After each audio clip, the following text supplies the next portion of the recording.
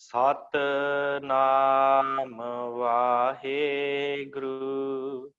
वाहिगुरु जी का खालसा वाहिगुरु जी की फतेह। गुरु प्यारी साध संगत जी,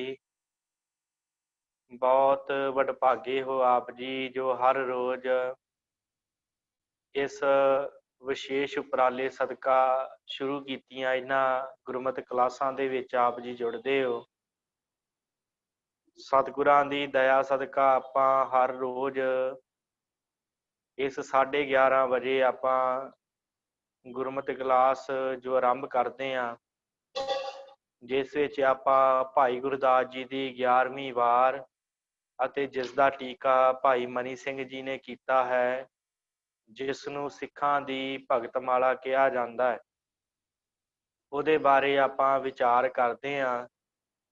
ਹੁਣ ਤੱਕ ਆਪਾਂ 12 ਪੌੜੀਆਂ ਸੰਪੂਰਨ ਕਰ ਲਈਆਂ ਹਨ। ਕੱਲ ਆਪਾਂ ਜਿਹੜੀ ਗੱਲਬਾਤ ਸੀ, ਜੋ ਵਿਚਾਰ ਸੀ, ਉਹ ਆਪਾਂ 13ਵੀਂ ਪੌੜੀ ਤੇ ਛੱਡੀ ਹੋਈ ਹੈ, ਕਿਉਂਕਿ ਹਰ ਪੌੜੀ ਦੇ ਵਿੱਚ ਸਿੱਖਾਂ ਦੇ ਨਾਮ ਹਨ ਤੇ ਉਹਨਾਂ ਸਿੱਖਾਂ ਦਾ ਵੇਰਵਾ ਜਿਹੜਾ ਹੈ ਭਾਈ ਮਨੀ ਸਿੰਘ ਜੀ ਨੇ ਦਿੱਤਾ ਹੈ, ਉਹ ਆਪਾਂ ਵਿਚਾਰ ਰਹੇ ਹਾਂ। ਸੋ ਆਪ ਸਭ ਸੰਗਤ ਦਾ ਬਹੁਤ ਧੰਨਵਾਦ ਜੋ ਆਪ ਜੀ ਹਰ ਰੋਜ਼ ਜੁੜਦੇ ਹੋ। ਨਵੀਂ ਸੰਗਤ ਵੀ ਜੁੜੀ ਹੈ, ਉਹਨਾਂ ਦਾ ਵੀ ਬਹੁਤ ਧੰਨਵਾਦ।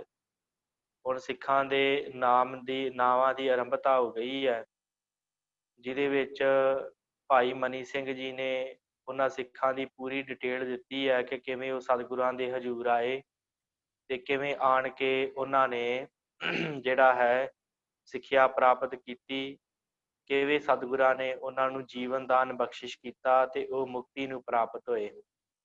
ਸੋ ਆਪਾਂ 13ਵੀਂ ਪੌੜੀ ਜਿਹੜੀ ਹੈ ਉਹ ਕਰ ਰਹੇ ਹਾਂ। ਮੈਂ ਆਪ ਜੀ ਦੀ ਸਕਰੀਨ ਦੇ ਉੱਪਰ ਸਭ ਤੋਂ ਪਹਿਲਾਂ ਉਹ 13ਵੀਂ ਪੌੜੀ ਜਿਹੜੀ ਆ ਉਹ ਸ਼ੋਅ ਕਰ ਦੇਵਾਂ, ਉਪਰੰਤ ਆਪਾਂ ਉਹਦੇ ਬਾਰੇ ਜੋ ਵਿਚਾਰ ਹੈ ਉਹ ਕਰਾਂਗੇ। ਵਾਹਿਗੁਰੂ।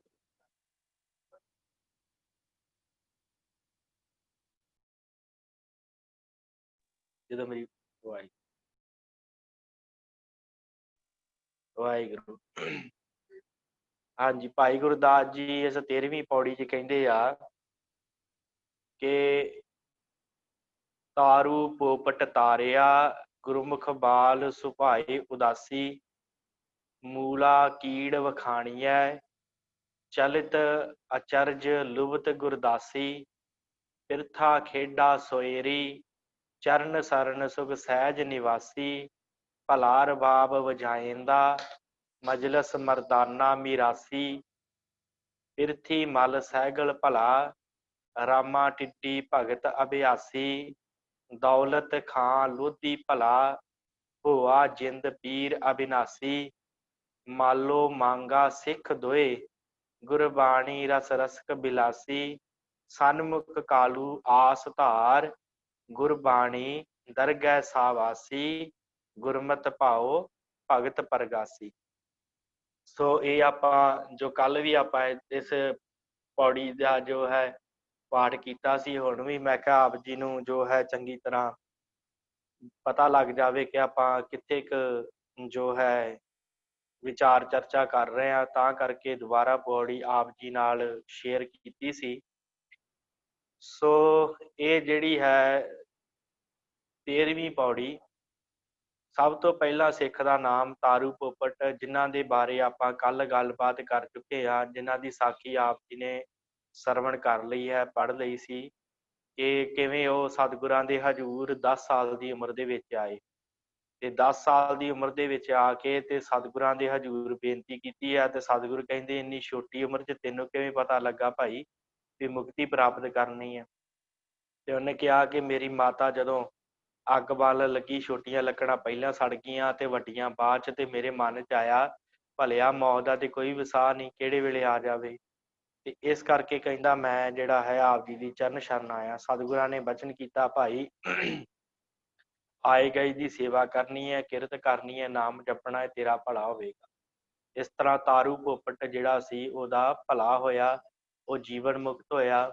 ਇਸ ਤੋਂ ਅੱਗੇ ਜਿਹੜਾ ਹੈ ਅੱਜ ਜਿਹੜੀ ਗੱਲ ਕਰਨੀ ਹੈ ਉਹ ਮੂਲਾ ਕੀੜਾ, ਜੋ ਕੀੜ ਗੁਰੂ ਸਾਹਿਬ ਦਾ ਸਿੱਖ ਹੈ ਮੂਲਾ ਕੀੜ, ਉਹਦੇ ਬਾਰੇ ਆਪਾਂ ਜਿਹੜੀ ਹੈ ਗੱਲਬਾਤ ਕਰਨੀ ਹੈ। ਉਹਨਾਂ ਦੀ ਸਾਖੀ ਜਿਹੜੀ ਹੈ ਉਹ ਆਪਾਂ ਅੱਜ ਮੈਂ ਆਪ ਜੀ ਦੇ ਸਾਹਮਣੇ ਰੱਖਣੀ ਹੈ। ਭਾਈ ਮਨੀ ਸਿੰਘ ਜੀ ਕਹਿੰਦੇ ਕਿ ਇਹ ਜਿਹੜਾ ਮੂਲਾ ਕੀੜ ਸਿੱਖ ਸੀ ਗੁਰੂ ਸਾਹਿਬ ਦਾ, ਇਹ ਗੁਰੂ ਨਾਨਕ ਸਾਹਿਬ ਨੂੰ ਆਣ ਕੇ ਮਿਲਿਆ ਤੇ ਉਹਨੇ ਆ ਕੇ ਅਰਦਾਸ ਕੀਤੀ ਤੇ ਸਤਿਗੁਰਾਂ ਨੇ ਅੱਗੇ ਬਚਨ ਕੀਤਾ ਹੈ, ਚੰਚਲ ਚੀਤ ਨਾ ਜਾਏ ਤਮਾਸੇ, ਜੂਏ ਜਾਏ ਨਾ ਖੇਲੇ ਪਾਸੇ। ਬਚਨ ਸੀ ਸਤਿਗੁਰਾਂ ਦਾ, ਤਾਂ ਜੋ ਬਚਨ ਹੋਇਆ ਜੋ ਅਗਲੇ ਯੁਗਾਂ ਵਿੱਚ ਜੂਆ ਰਾਜੇ ਸਾਰ ਕੇ ਖੇਡਦੇ ਸਨ ਤੇ ਮੰਗਲਾਚਾਰ ਤੇ ਵੇਸਵਾ ਆਦਿਕ ਦਾ ਕੌਤਕ ਦੇਖਦੇ ਸਨ, ਤੇ ਹੁਣ ਕਲਯੁਗ ਵਿੱਚ ਮਰਜ਼ਾਦਾ ਸਿੱਖੀ ਦੀ ਠਹਿਰਾਈ ਹੈ। ਜੂਏ ਕਰ ਵੱਡੀਆਂ ਆਪਦਾਂ ਹੁੰਦੀਆਂ ਹਨ, ਜੋ ਸਿੱਖ ਹੋਵੇ ਸੋ ਜੂਏ ਤੇ ਵੇਸ਼ਵਾ ਦਾ ਤਿਆਗ ਕਰੇ। ਇਹ ਉਹਨੂੰ ਸਤਿਗੁਰਾਂ ਨੇ ਬਚਨ ਕੀਤਾ ਹੈ। ਇਹ ਬਚਨ ਸਿਰਫ ਮੂਲੇ ਕੀੜ ਵਾਸਤੇ ਨਹੀਂ ਆ, ਸਾਡੇ ਸਮੂਹ ਗੁਰਸਿੱਖਾਂ ਵਾਸਤੇ ਆ, ਜਿਹੜੇ ਆਪਣੇ ਜੀਵਨ ਦੇ ਉੱਚ ਕਦਰਾਂ ਕੀਮਤਾਂ ਨੂੰ ਪਹੁੰਚਣ ਵਾਸਤੇ ਤਿਆਰ ਹਨ। ਉਹਨਾਂ ਲਈ ਵੀ ਇਹ ਬਚਨ ਹਨ।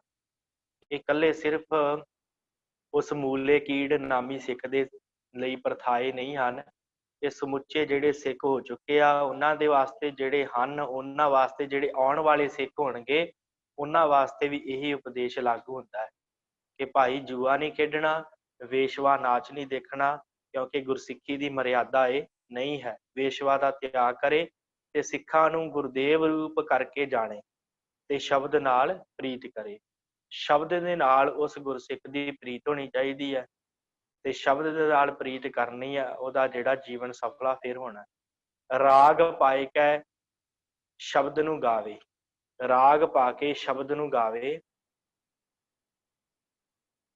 ਤੇ ਧਰਮ ਦੀ ਕਿਰਤ ਕਰੇ ਤੇ ਸਿੱਖਾਂ ਨੂੰ ਤਨ ਮਨ ਧਨ ਕਰਕੇ ਰਿਝਾਵੇ।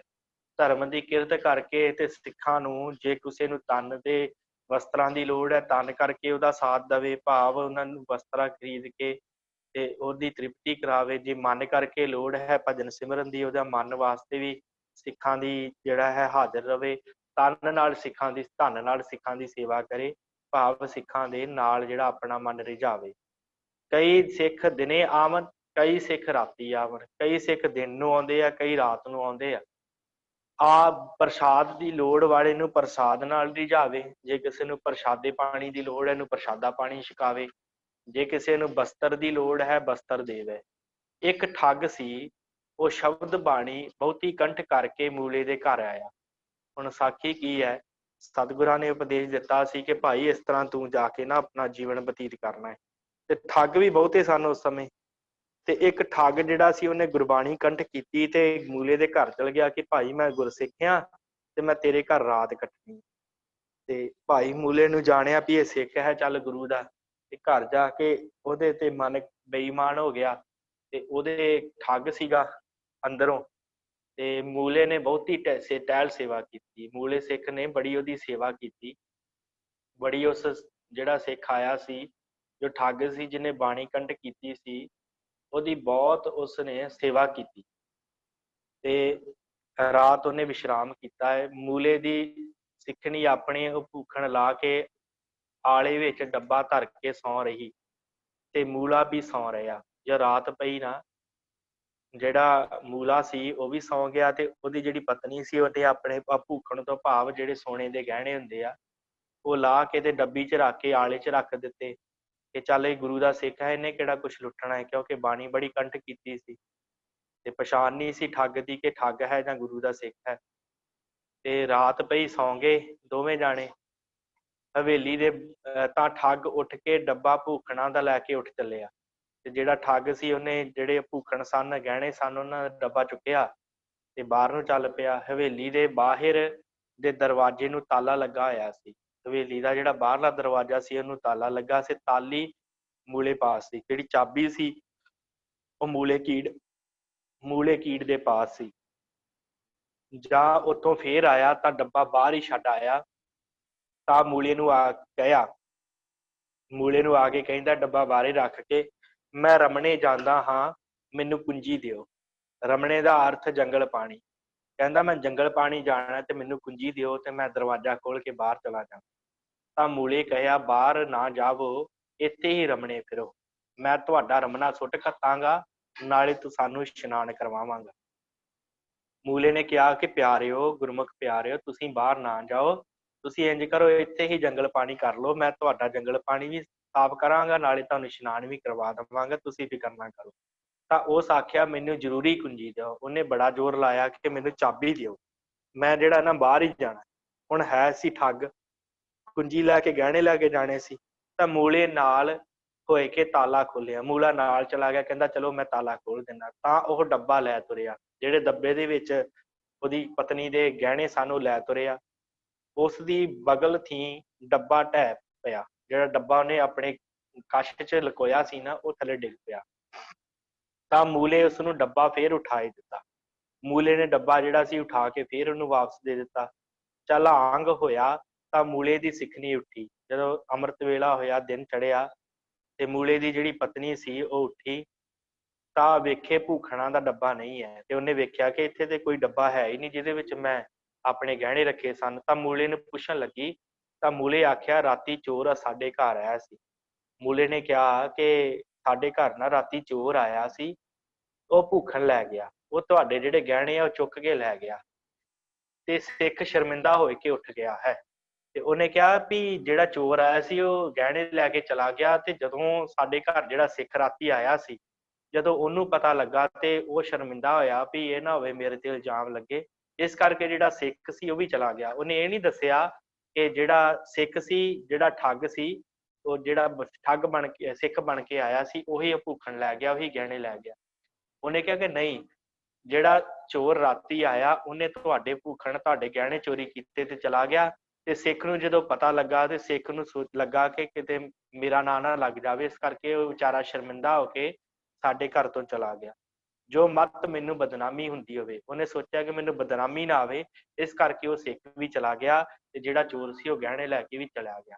ਤਾਂ ਉਸ ਤ੍ਰਿਆ ਨੂੰ ਹੋਰ ਭੂਖਣ ਕਢਾਈ ਦਿੱਤੇ, ਉਹਨੇ ਆਪਣੀ ਪਤਨੀ ਨੂੰ ਹੋਰ ਗਹਿਣੇ ਬਣਾ ਦਿੱਤੇ। ਸਾਹਿਬ ਮੂਲੇ ਤੇ ਬਹੁਤ ਪ੍ਰਸੰਨ ਹੋਏ। ਸਤਿਗੁਰੂ ਗੁਰੂ ਨਾਨਕ ਸਾਹਿਬ ਮੂਲੇ ਤੇ ਬੜੇ ਪ੍ਰਸੰਨ ਹੋਏ। ਤੁਧ ਮੇਰਾ ਪਰਦਾ ਢੱਕਿਆ ਹੈ। ਹੁਣ ਪਰਦਾ ਕੀ ਢੱਕਿਆ ਹੈ ਸਤਿਗੁਰਾਂ ਨੇ? ਵਾਹਿਗੁਰੂ ਮੂਲੇ ਨੇ ਕੀ ਪਰਦਾ ਢੱਕਿਆ ਹੈ? ਕਿ ਹੁਣ ਉਹ ਬਾਣੀ ਪੜ੍ਹਨ ਵਾਲਾ ਸਿੱਖ, ਤੇ ਜੇ ਕਹਿ ਦਿੰਦਾ ਮੂਲਾ ਕਿ ਉਹੀ ਸਿੱਖ ਜਿਹੜਾ ਆਇਆ ਸਾਡੇ ਘਰ ਤੇ ਉਹੀ ਭੂਖਣ ਉਹੀ ਗਹਿਣੇ ਚੋਰੀ ਕਰਕੇ ਲੈ ਗਿਆ, ਤੇ ਇਹਦੇ ਨਾਲ ਸਿੱਖਾਂ ਸਾਰਿਆਂ ਦੀ ਬਦਨਾਮੀ ਹੋਣੀ ਸੀ, ਕਿਸੇ ਨੇ ਸਿੱਖ ਨੂੰ ਆਪਣੇ ਘਰ ਨਹੀਂ ਸੀ ਵਾੜਨਾ। ਇਸ ਕਰਕੇ ਉਹ ਗੁਰੂ ਸਾਹਿਬ ਨੇ ਕਿਹਾ ਵੀ ਮੂਲੇ ਤੂੰ ਸਾਡਾ ਪਰਦਾ ਢੱਕਿਆ, ਤੇਰਾ ਪਰਦਾ ਗੁਰੂ ਢੱਕੇਗਾ, ਤੇਰਾ ਪਰਦਾ ਗੁਰੂ ਢੱਕੇਗਾ। ਤੂੰ ਉਸ ਠੱਗ ਦਾ ਜਿਹੜਾ ਹੈ ਪਰਦਾ ਨਹੀਂ ਉਘੇੜਿਆ, ਤੂੰ ਸਾਰਿਆਂ ਸਿੱਖਾਂ ਦੀ ਲਾਜ ਰੱਖੀ ਹੈ, ਕਿਉਂਕਿ ਸਿੱਖਾਂ ਤੇ ਵੀ ਬਾਅਦ ਚ ਕਿਸੇ ਨੇ ਘਰ ਨਹੀਂ ਸੀ ਵੜਨ ਦੇਣਾ ਵੀ ਸਿੱਖ ਚੋਰ ਹੁੰਦੇ ਆ। ਇਸ ਕਰਕੇ ਤੂੰ ਸਿੱਖਾਂ ਦਾ ਪਰਦਾ ਢੱਕਿਆ ਹੈ, ਭਾਵ ਮੇਰਾ ਪਰਦਾ ਢੱਕਿਆ ਹੈ, ਤੇ ਗੁਰੂ ਤੇਰਾ ਪਰਦਾ ਢੱਕੇਗਾ। ਤੁਸਾਂ ਸ਼ਬਦ ਨੂੰ ਤੇ ਗੁਰੂ ਨੂੰ ਇੱਕੋ ਰੂਪ ਜਾਣਨਾ, ਗੁਰਬਾਣੀ ਨੂੰ, ਸ਼ਬਦ ਨੂੰ ਤੇ ਗੁਰੂ ਨੂੰ ਇੱਕੋ ਰੂਪ ਜਾਣਨਾ। ਸ਼ਬਦ ਸਤਿਗੁਰੂ ਦਾ ਹਿਰਦਾ ਜਾਣ ਕੇ ਸ਼ਰਵਣ ਮੰਨਣ ਕਰਨਾ, ਗੁਰੂ ਦੇ ਸ਼ਬਦ ਦਾ ਸ਼ਰਵਣ ਕਰਨਾ ਤੇ ਗੁਰੂ ਦੇ ਸ਼ਬਦ ਦਾ ਮੰਨਣ ਕਰਨਾ, ਸਾਡਾ ਉਧਾਰ ਹੋਵੇਗਾ। ਇਸ ਤਰ੍ਹਾਂ ਤੁਹਾਡਾ ਸਤਿਗੁਰੂ ਗੁਰੂ ਨਾਨਕ ਸਾਹਿਬ ਕਹਿੰਦੇ ਮੂਲੇ ਤੇਰਾ ਇਸ ਤਰ੍ਹਾਂ ਉਧਾਰ ਹੋਏਗਾ। ਸੋ ਇਸ ਤਰ੍ਹਾਂ ਜਿਹੜਾ ਹੈ ਗੁਰਸਿੱਖ ਆਪਣਾ ਉਧਾਰ ਕਰ ਸਕਦਾ। ਕਿਹੜੇ ਤਰੀਕੇ ਦੇ ਨਾਲ? ਕਿ ਉਹ ਕਿਸੇ ਦੇ ਅਵਗਣ ਨਾ ਚਿਤਾਰੇ, ਕਿਸੇ ਦੇ ਅਵਗੁਣਾਂ ਨੂੰ ਨਾ ਚਿਤਾਰੇ, ਫਿਰ ਉਹਦੇ ਨਾਲ ਜਿਹੜਾ ਹੈ ਗੁਰੂ ਨੂੰ ਸ਼ਬਦ ਰੂਪ ਜਿਹੜਾ ਜਾਣ ਕੇ ਮੰਨੇ, ਮੰਨਣ ਕਰੇ, ਸ਼ਰਵਣ ਕਰੇ, ਤੇ ਉਸ ਦਾ ਉਧਾਰ ਹੋਵੇਗਾ। ਸੋ ਮੈਂ ਪਹਿਲੋਂ ਵੀ ਕਿਹਾ ਕਿ ਸਾਖੀ ਸਿਰਫ ਮੂਲੇ ਕੀੜ ਲਈ ਉਪਦੇਸ਼ ਨਹੀਂ ਹੈ, ਇਹ ਸਗੋਂ ਵਾਹਿਗੁਰੂ ਕੋਈ ਸਵਾਲ ਆਇਆ ਹੈ ਵੇਖਿਆ? ਹਾਂਜੀ, ਤੇ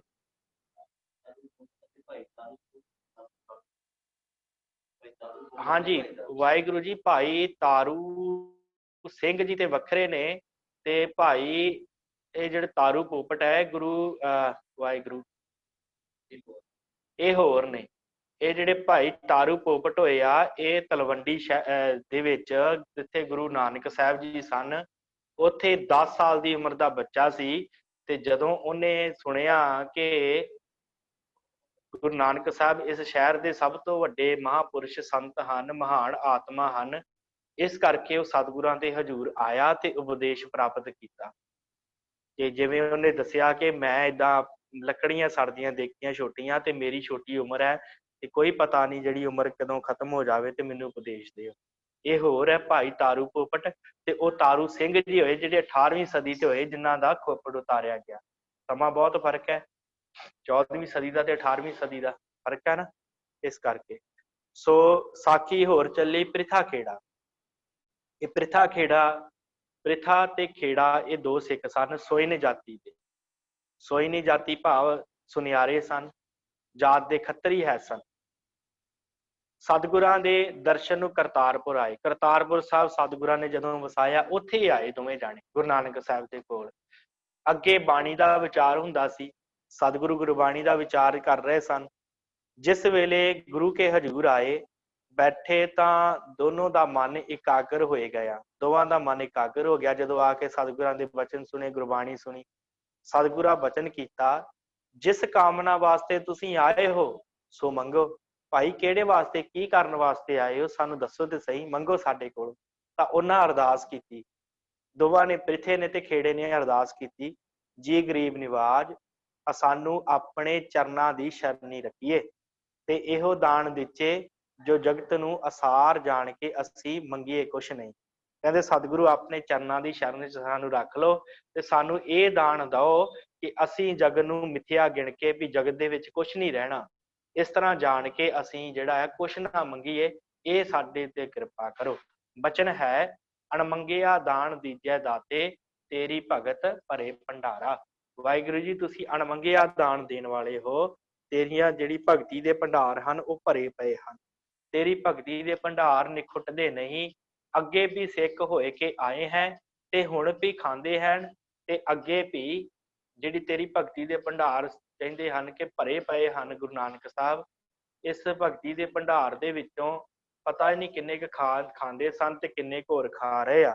ਇਸ ਕਰਕੇ ਖਾਵਣਗੇ ਹੋਰ ਪਤਾ ਨਹੀਂ ਕਿੰਨੇ ਆਉਣਗੇ ਤੇ ਕਿੰਨੇ ਖਾਵਣਗੇ।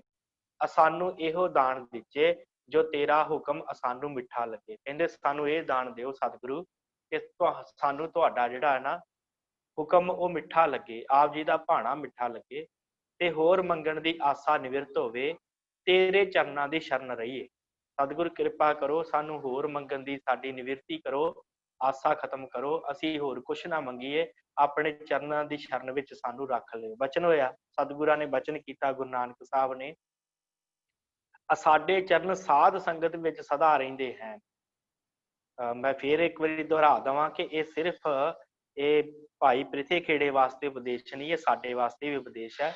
ਇਸ ਕਰਕੇ ਇਹਨੂੰ ਧਿਆਨ ਨਾਲ ਆਪ ਜੀ ਨੇ ਸਰਵਣ ਕਰਨਾ, ਜੋ ਗੁਰੂ ਨਾਨਕ ਸਾਹਿਬ ਨੇ ਉਹਨਾਂ ਵਾਸਤੇ ਉਪਦੇਸ਼ ਦਿੱਤਾ ਹੈ। ਸਾਡੇ ਚਰਨ ਸਾਧ ਸੰਗਤ ਵਿੱਚ ਸਦਾ ਹੈ। ਸਤਿਗੁਰਾਂ ਨੇ ਉਪਦੇਸ਼ ਦਿੱਤਾ ਕਿ ਸਾਡੇ ਚਰਨ ਸਾਧ ਸੰਗਤ ਹੈ।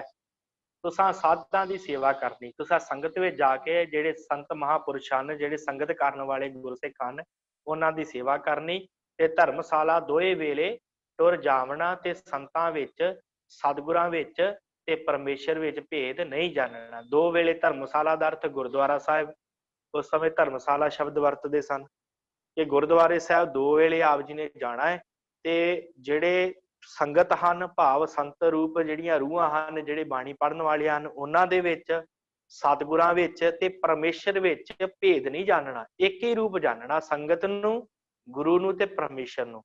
ਤੇ ਧਰਮ ਦੀ ਕਿਰਤ ਕਰਕੇ ਅਥਿਤਾਂ ਸਿੱਖਾਂ ਨਾਲ ਵੰਡ ਖਾਵਣਾ।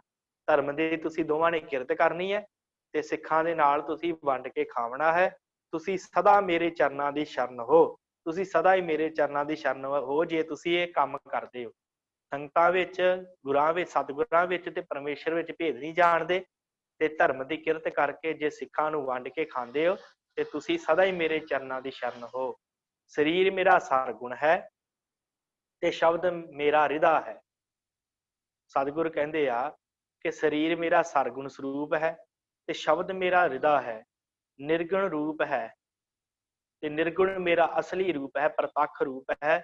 ਜੇ ਸਰੀਰ ਨਾਲ ਮਿਲੋਗਾ ਤਾਂ ਮਿਲੋਗੇ ਤਾਂ ਫਿਰ ਵੀ ਵਿਛੜੋਗੇ, ਤੇ ਜੇ ਸ਼ਬਦ ਨਾਲ ਮਿਲੋਗੇ ਤਾਂ ਵਿਛੋੜਾ ਨਹੀਂ ਹੋਵੇਗਾ। ਤੋ ਸਤਿਗੁਰਾਂ ਨੇ ਦੇਖੋ ਪਹਿਲੇ ਜਾਮੇ ਚ ਉਪਦੇਸ਼ ਜਿਹੜਾ ਸ਼ਬਦ ਦਾ ਦਿੱਤਾ, ਆਪਣੇ ਸਰੀਰ ਨਾਲ ਨਹੀਂ ਜੁੜਿਆ। ਸਤਿਗੁਰਾਂ ਨੇ ਕਿਹਾ ਸ਼ਬਦ ਨਾਲ ਜੁੜੋ, ਜੇ ਸ਼ਬਦ ਨਾਲ ਜੁੜੋਗੇ ਕਦੀ ਨਹੀਂ ਵਿਛੜੋਗੇ। ਜੇ ਸਰੀਰ ਨਾਲ ਜੁੜੋਗੇ ਫਿਰ ਵਿਛੋੜਾ ਹੋਏਗਾ। ਇਸ ਕਰਕੇ ਸ਼ਬਦ ਨੂੰ ਆਪਣੇ ਜੀਵਨ 'ਚ ਧਾਰਨ ਕਰੋ। ਇਸ ਤਰ੍ਹਾਂ ਇਹਨਾਂ ਦੋਵਾਂ ਦਾ, ਭਾਈ ਪ੍ਰਿਥੇ ਦਾ ਤੇ ਖੇੜੇ ਦਾ ਜਿਹੜਾ ਉਧਾਰ ਹੋਇਆ। ਇਸ ਤੋਂ ਅੱਗੇ ਜੋ ਸਾਖੀ ਹੈ ਉਹ ਭਾਈ ਮਰਦਾਨਾ ਜੀ ਦੀ ਚੱਲੀ। ਸਾਖੀ ਹੋਰ ਚੱਲੀ ਮਰਦਾਨਾ। ਭਾਈ ਮਰਦਾਨਾ ਜੀ ਬਾਰੇ ਕਿਵੇਂ ਸਤਿਗੁਰਾਂ ਨੂੰ ਮਿਲਦੇ ਆ ਤੇ ਕੀ ਸਤਿਗੁਰੂ ਉਪਦੇਸ਼ ਦਿੰਦੇ ਆ। ਇੱਕ ਦਿਨ ਗੁਰੂ ਨਾਨਕ ਜੀ ਰਾਏ ਭੋਏ ਦੀ ਤਲਵੰਡੀ ਬੈਠੇ ਸਨ ਤੇ ਇੱਕ ਡੂਮ ਆਏ ਕੇ ਰਬਾਬ ਵਜਾਇਆ ਤੇ ਰਾਗ ਅਲਾਪਿਆ। ਇਸ ਦਾ ਰਾਗ ਸੁਣ ਕੇ ਮਨ ਇਕਾਗਰ ਹੋਇਆ।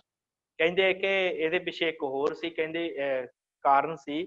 ਕਹਿੰਦੇ ਕਿ ਭਾਈ ਮਰਦਾਨਾ ਜਿਹੜਾ ਨਾ ਤੇ ਇਹਦਾ ਜਿਹੜਾ ਪਿਓ ਸੀ, ਦੋਵੇਂ ਮੰਗਣ ਗਏ। ਪ੍ਰਸ਼ਾਦਾ ਪਾਣੀ ਮੰਗ ਕੇ ਖਾਂਦੇ ਸਨ। ਜਿਨ੍ਹਾਂ ਦੇ ਘਰੇ ਕੋਈ ਖੁਸ਼ੀ ਦਾ ਪ੍ਰੋਗਰਾਮ ਹੁੰਦਾ ਸੀ ਉੱਥੇ ਕੁਝ ਗਾ ਆਉਣਾ ਤੇ ਉੱਥੋਂ ਪ੍ਰਸ਼ਾਦਾ ਪਾਣੀ ਮਿਲ ਜਾਣਾ। ਤੇ ਕਿਤੇ ਉਹ ਕੁਝ ਨਾ ਮਿਲਿਆ, ਘਰ ਆ ਕੇ ਆਪਣੀ ਪਤਨੀ ਨੂੰ ਕਹਿੰਦਾ ਭਾਈ ਮਰਦਾਨਾ ਕਿ ਕੁਝ ਹੈਗਾ ਖਾਣ ਨੂੰ ਤੇ ਦੇ। ਉਹ ਕਹਿੰਦੀ ਆ ਖਾਲੀ ਪਈ ਆ ਚੰਗੇਰ ਜਿਹ ਚ ਰੋਟੀਆਂ ਰੱਖੀਆਂ ਹੁੰਦੀਆਂ, ਤੇ ਜੇ ਕੁਝ ਹੈ ਹੀ ਨਹੀਂ ਤੇ ਮੈਂ ਤੈਨੂੰ ਕੀ ਦੇਵਾਂ। ਤੇ ਕਹਿੰਦੇ ਕਿ ਭਾਈ ਮਰਦਾਨਾ ਨਾ ਬੜਾ ਗੁੱਸੇ ਦੇ ਵਿੱਚ ਆਇਆ ਤੇ ਆ ਕੇ ਇੱਕ ਰੁੱਖ ਦੇ ਹੇਠਾਂ ਬੈਠ ਕੇ ਤੇ ਕਿੰਨਾ ਚਿਰ ਸੋਚਦਾ ਰਿਹਾ ਕਿ ਕਿੱਥੋਂ ਪ੍ਰਸ਼ਾਦੇ ਪਾਣੀ ਦਾ ਚੱਲੇ।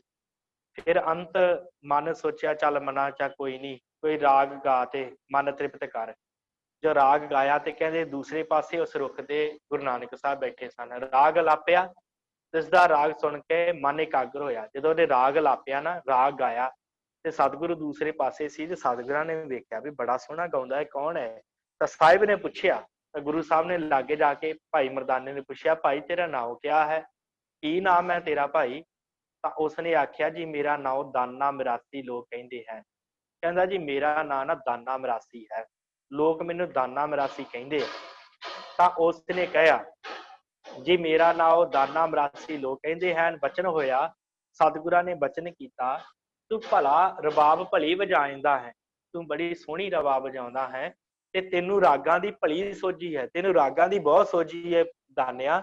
ਪਰ ਜੇ ਤੂੰ ਸਾਡੀ ਸੰਗਤ ਕਰੇ ਤੇ ਇਹ ਰਾਗ ਸ਼ਬਦ ਪਾ ਕੇ ਗਾਵੇਂ, ਜੇ ਤੂੰ ਸਾਡੀ ਸੰਗਤ ਕਰੇ ਤੇ ਇਹ ਜਿਹੜੇ ਰਾਗ ਹੈ ਨਾ ਤੂੰ ਗਾਉਣਾ ਹੈ, ਲੋਕਾਂ ਦੀ ਉਸਤਤ ਦੇ ਰਾਗ ਗਾਉਣਾ ਹੈ।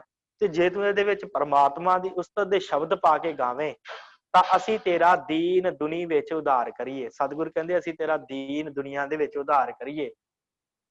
ਤਾਂ ਉਹ ਆਖਿਆ ਜੀ ਅਸੀਂ ਧਨੀ ਲੋਕਾਂ ਨੂੰ ਰਾਗ ਸੁਣਾਏ ਕੇ 4 ਪੈਸੇ ਲਿਆਉਂਦੇ ਹਾਂ। ਕਹਿੰਦਾ ਜੀ ਅਸੀਂ ਤੇ ਬੜੇ ਧਨਾੜ ਲੋਕਾਂ ਦੇ ਕੋਲ ਜਾਂਦੇ ਆ ਤੇ ਉਹਨਾਂ ਦੇ ਕੋਲ ਰਾਗ ਗਾ ਕੇ ਤੇ ਧਨ ਪਦਾਰਥ ਲੈ ਕੇ ਆਉਂਦੇ ਆ, ਕਿਉਂਕਿ ਇਹਨੂੰ ਪਤਾ ਸੀ ਕਿ ਗੁਰੂ ਨਾਨਕ ਸਾਹਿਬ ਜਿਹੜਾ ਆ ਉਹ ਭਾਵੇਂ ਕਿ ਮਹਿਤਾ ਕਾਲੂ ਦੀ ਪਟਵਾਰੀ ਦੇ ਪੁੱਤਰ ਆ, ਪਰ ਹੈਗੇ ਤੇ ਇਹ ਵੀ ਸਾਧ ਹੀ ਰੂਪ ਹਨ। ਇਹਨਾਂ ਨੇ ਵੀ ਕਦੀ ਧਨ ਪਦਾਰਥ ਇਕੱਠਾ ਕਰਨ ਬਾਰੇ ਨਹੀਂ ਸੋਚਿਆ, ਇਹ ਮੈਨੂੰ ਕੀ ਦੇਣਗੇ। ਇਸ ਕਰਕੇ ਕੀ ਲਿਖਿਆ ਜੀ,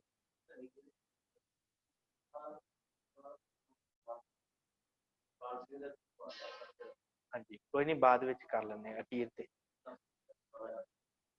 ਅਤੇ ਹਾਂ ਹਾਂਜੀ ਵਾਹਿਗੁਰੂ, ਆ ਸਵਾਲ ਜਸਪਾਲ ਸਿੰਘ ਹੁਣਾਂ ਨੇ ਪਾਇਆ, ਇੱਕ ਸਮਝ ਨਹੀਂ ਆਈ ਕੀ ਸਵਾਲ ਹੈ, ਫਿਰ ਇੱਕ ਵਾਰੀ ਆਪ ਜੀ ਜਾਂ ਤੇ ਅਖੀਰ ਤੇ ਪੁੱਛ ਲੈਣਾ ਬੇਨਤੀ ਹੈ। ਸੋ ਇਸੇ ਕਰਕੇ ਕਿਹਾ ਆਪਣੇ ਕੋਲ ਆਪ ਜੀ ਡਾਇਰੀ ਇੱਕ ਰੱਖਿਆ ਕਰੋ, ਨਾਲ ਦੀ ਨਾਲ ਨੋਟ ਕਰ ਲੈ, ਫਿਰ ਅਖੀਰ ਤੇ ਆਪ ਜੀ ਨਾਲ ਨਾਲ ਪੁੱਛੇ ਗਏ ਹਨਾ, ਇਸ ਤਰ੍ਹਾਂ ਵਧੀਆ ਰਹਿੰਦਾ ਹੈ।